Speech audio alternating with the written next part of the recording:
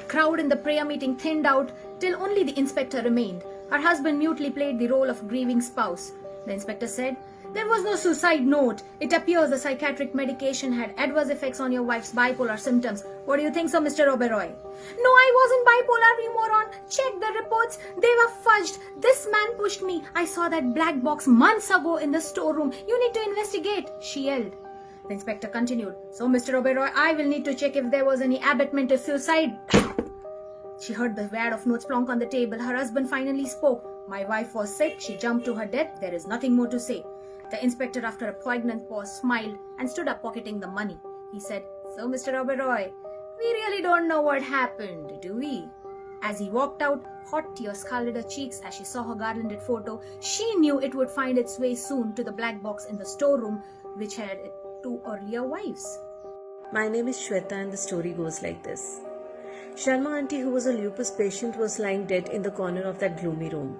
Besides her was lying an empty bottle of sleeping pills.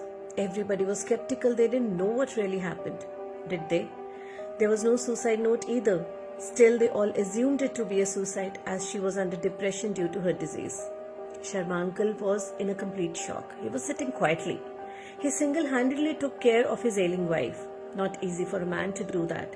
It is considered obvious for a woman that she would dedicate herself completely to a man in such a situation. But a man, he becomes an example if he does it. Sharma uncle quietly got up, went to the washroom, and he flushed his wedding ring. His daughter was following him, and looking at that, she was in a complete shock. "Dad, no, he can't do that. It's impossible." Impossible? Darling, there's nothing impossible in this world. Vikram was found dead on the lawn outside his house. We don't really know what happened, do we? There was no suicide note, the ACP reiterated. But my instinct calls it a murder, sir, Inspector Alka replied. No signs of struggle.